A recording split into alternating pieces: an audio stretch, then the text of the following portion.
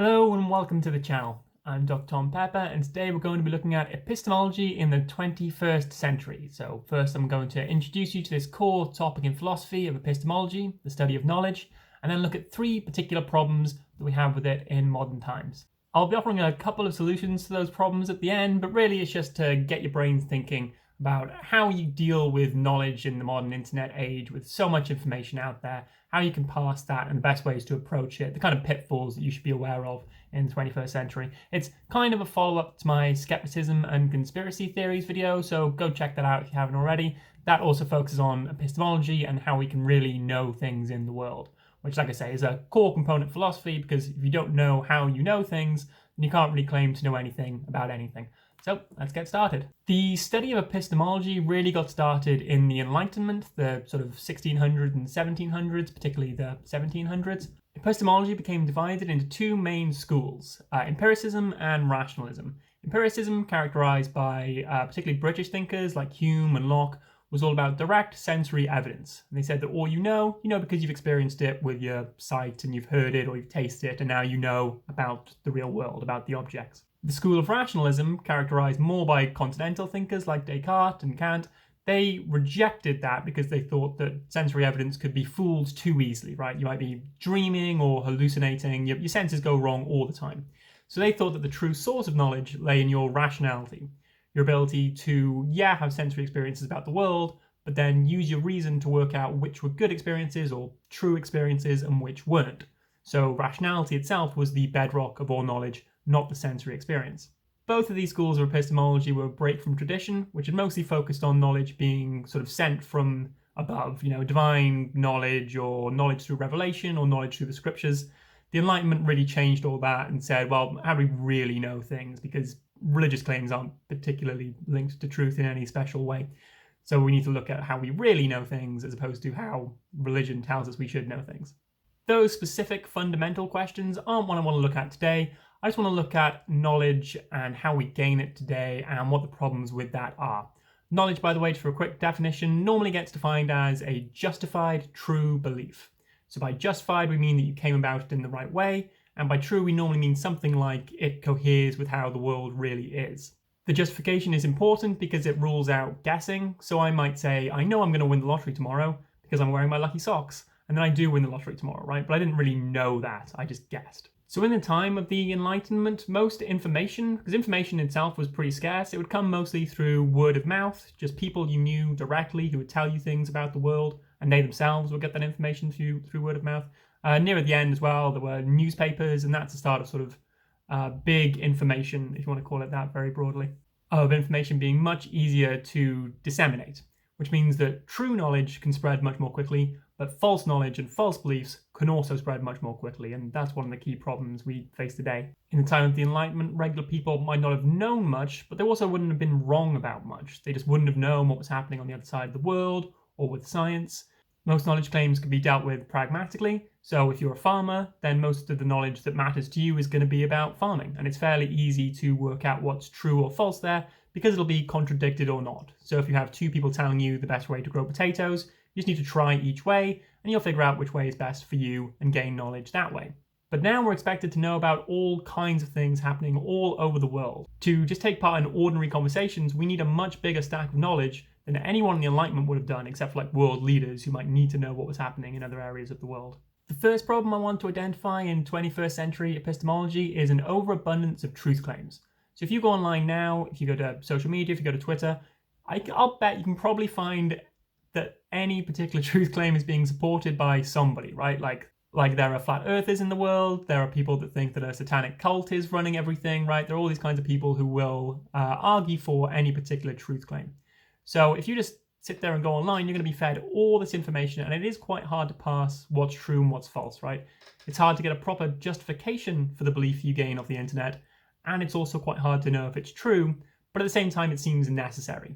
Like if you genuinely follow the principle, oh, I don't believe what I read on the internet, then you must have a very restricted knowledge set, right? You just must claim to know basically nothing, especially when you consider that word of mouth knowledge often comes from the internet in the first place. So if you don't believe what you read on the internet, you shouldn't believe what other people read on the internet, and so your knowledge is going to be a really restricted set. One way to start to pass the knowledge that I feel a lot of people take is just to embrace confirmation bias, where you just start believing the things that cohere well with what you already believe and don't believe the things that don't cohere well with what you believe or that hurt your side.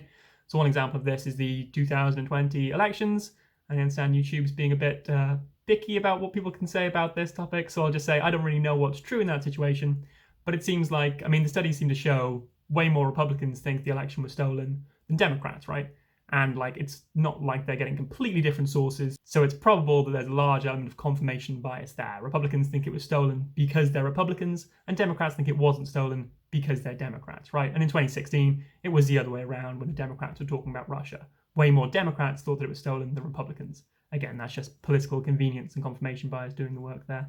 So though I say people are looking at the same sources, I do want to bring up the second problem, which is knowledge bubbles, right? So people just get into the habit of going to the same sources or looking at the same people all the time, to such an extent that it really feels like people on opposite sides of a political divide might not share one single source in common.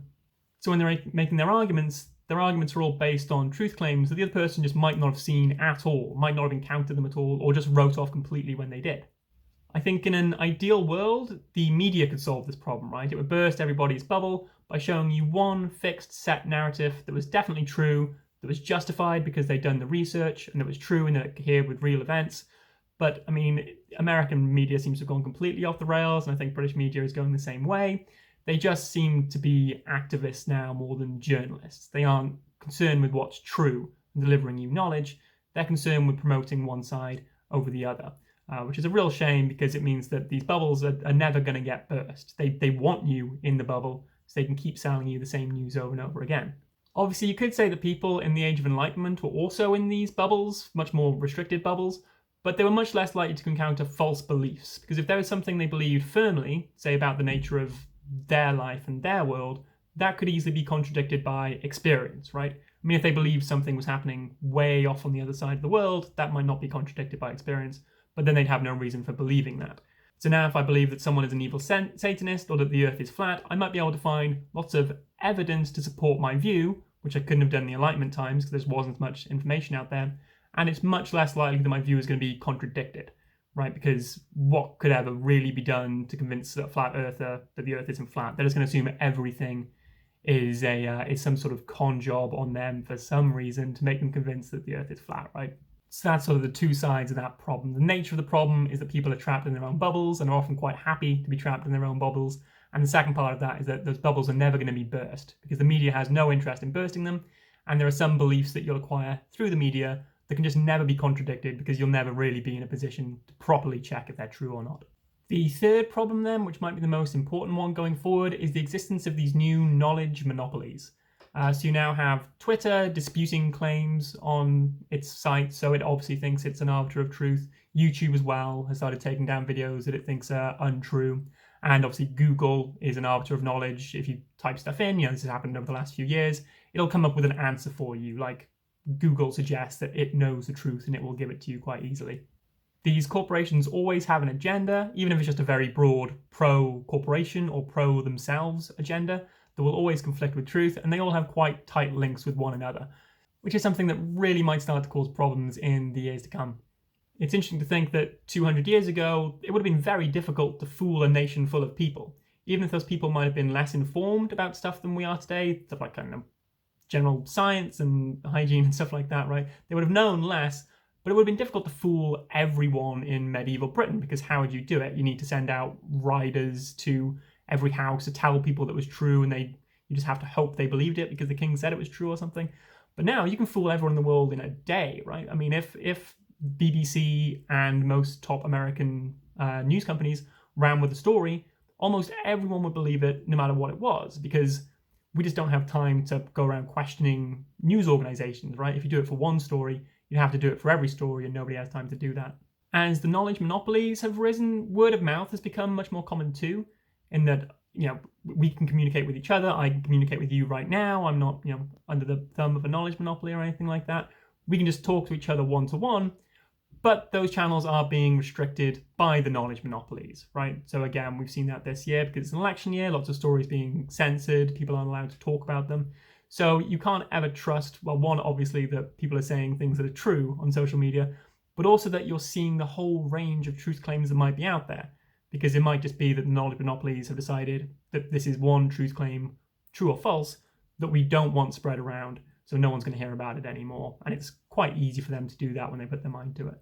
So those are the three problems that concern epistemology. I guess thinking about it, you might describe them more as ethical problems themselves, since they're more concerned with how to live a good life instead of knowing what's true or false. I'm a skeptic, so I tend not to believe anything unless there's a full amount of evidence for it.